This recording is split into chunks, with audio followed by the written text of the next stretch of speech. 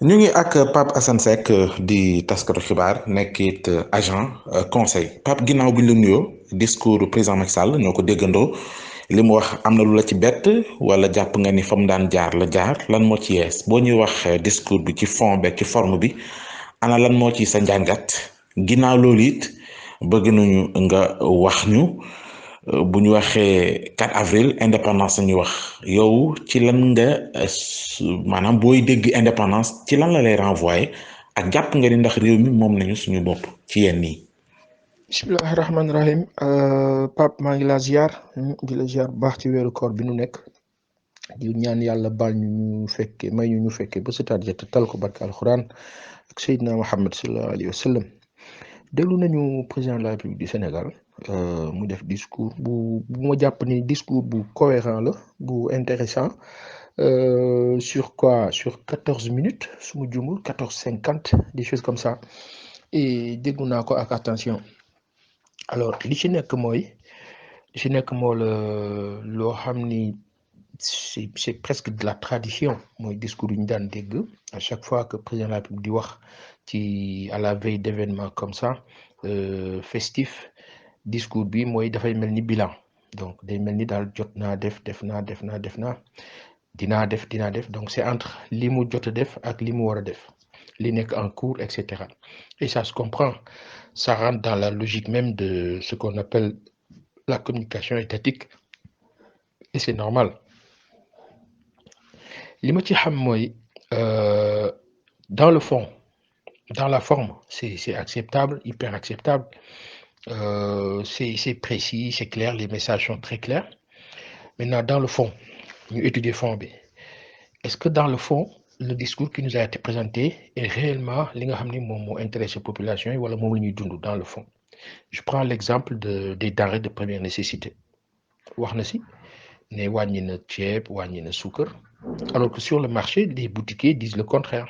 que même bu dee wàññi bi am na wàññi bi du wàññi boo xam ni ñoom dina defar seen affaire parce que li ñuy jot a dépenser pour jënd loolu benn ñaareel ba li nga xam ni moo di wàññi bi population yi aussi duñ ci gis seen bopp parce que wàññi bi dafa mel ni loo xam ne dafay insignifiant encore que sur le cas du sucre par exemple où on parle de wàññi boo xam ne yow yaa ngi fekkoon mbir mi mu nekk ci par exemple 350 400 yow nga yóbbu ko 600 700 daal di ne wàññi naa ci 25 wala 50 francs loolu c'est un problème. Donc foofu la nit ñi amee problème mooy discours de fond bi on a l'impression que le président de la République dafa mel ni koo xam ni dañuy ñëw ne ko daal affaire yaa ngi nii def nañu li ñu santoon donc moom mu ñëw waxee sens boobu c'est une impression alors au-delà autant information yi ñu ko mun di jox lu jëm ci loolu que wàññi na wàññiwul et cetera moom war na mën a am ay services appropriés au-delà bu ko amul war na am service bu boppam wala moom personnellement muy def ses propres vérifications pour xam la réalité du marché une chose est certaine. C'est un discours boo xam ni ci dégg-dégg bu ñu waxalee yàlla rek dans ci dégg-dégg intéressant na maintenant ñun suñu problème mooy au-delà de wax bi c'est la pratique sur l'histoire du PACASEN boobu muy wax concernant les communes plus de 400 communes yoo xam ne dañ la war a jàppale ci seen liggéey sur le projet concernant les 2500 kilomètres yooyu nga xamoon nañ ko tracé def connectivité de route entre le centre et le nord du pays par rapport à l'agriculture. C'est hyper intéressant si c'est réussi yàlla na ko ci yàlla dimbali mais le drame de tout ça c'est que ce sont des projets entre l'État du Sénégal et la Banque mondiale après qu'est-ce que ça nous coûte en termes de rendu déjà ci temps de bi muy pare benn ñaareel bi ci li nga xam ne ay bor la yu ñu war a delloo loolu aussi ça lu mat a séddale lu mat a xool loo xam ne amaana du ñu ko wax mais ce sont des choses qui comptent si gàttal daal discours bi dans la forme. Moi, j'apprécie parce que guddul et c'est clair. Maintenant, dans le fond, la mise en pratique, la réalisation, am naa quelques craintes quoi. Donc loolu man loolu laa jàpp mais war nañu mën a gën a effectif dans un sens encore que quand on parle d'indépendance sur 62 ans si le Sénégal en est à ce stade-là mooy que demuñu mooy que sore nañu mooy que ni ñu waroon nekkee ni ñu waroon doonee réew bu am gëdd pendant 62 ans on n'y est pas parvenu ok des pas sont en train d'être faits des pas sont en train d'être faits ginnaaw bi ñu jógee ci ajustement structurel bi nga xam ne président Abdou Diouf moo doon jéem a tegaat les bases mais sauf que base yooyu mu doon teg foofu li ñu ci sànq mooy les rails les voies de communication qu'on nous a fait fermer entre la Banque mondiale la France et cetera ñu jël seen maanaam bloqué ñu à ce niveau ça c'est important loolu bokk na ci li ñu xaw a sonal tuuti après ce sont des entreprises fermées ça et là mu dis trop ci ñun. C'est la même Banque mondiale qui nous fait fermer beaucoup d'entreprises, qui revient encore nous dire je vais vous aider à tel niveau et tel autre niveau. Alors que l'indépendance véritable, c'est quoi? Il faut que nos autorités, pour mener président Macky Sall ak ay naataangoom, il faut ñu am le courage, loolu nag xaw ma lan moo ci mën dimbali, le courage de dire à ces institutions de Bretton Woods et autres que li doon nekk mënatul nekk. Ensuite, les accords, les fameux accords underground, yooyu nga xam ne signé nañ ko ak France en 1944. Toutes les colonies là signé. Mais il faut se battre contre ça. Le plus grand mal, c'est ça. Il faut se battre contre ces signatures-là, ces accords-là, pour nous concentrer sur notre propre monnaie. La monnaie africaine. Moi, source de développement qui nous permet de gagner ci li ñu nekk. Tant que, excusez-moi, tant que suñu nguur yi demuñu dans ce sens-là, ce sera hyper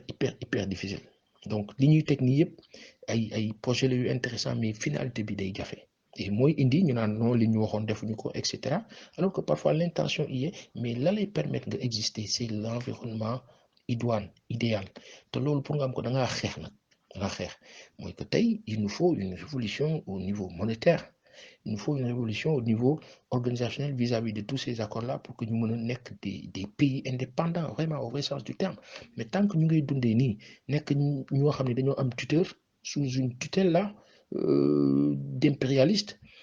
ça va être très difficile. Ça va être très difficile. 62 ans après, on en est à ce stade-là. C'est compliqué. mais yow sawaay yow fu ñu la fekk yaa ngi ci kanamu ordinateur bi wala sa kanamu tablette ba sa téléphone portable lu xew mais damay lire ay information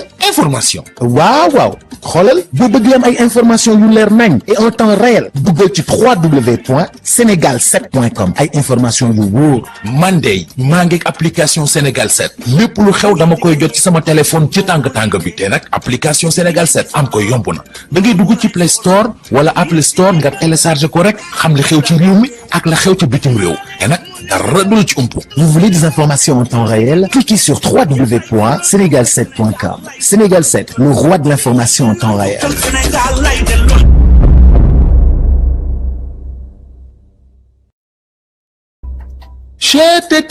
mais yow sawaay yow fu ñu la fekk yaa ngi ci kanamu ordinateur bi wala sa kanamu tablette ba sa téléphone portable lu xew mais damay lire ay information waaw xoolal boo bëgg am ay information yu leer nañ et en temps réel duggal ci www.senegal7.com ay information yu wóor man de maa ngi application Sénégal 7 lépp lu xew dama koy jot ci sama téléphone ci tàng bi te nag application Sénégal 7 am ko yomb na da ngay dugg ci Play Store wala Apple Store nga télécharger ko rek xam li xew ci réew mi ak la xew ci bitim réew te nag dara du la ci umpu. Vous voulez des informations en temps réel? Cliquez sur www.senegal7.com. Sénégal 7, le roi de l'information en temps réel.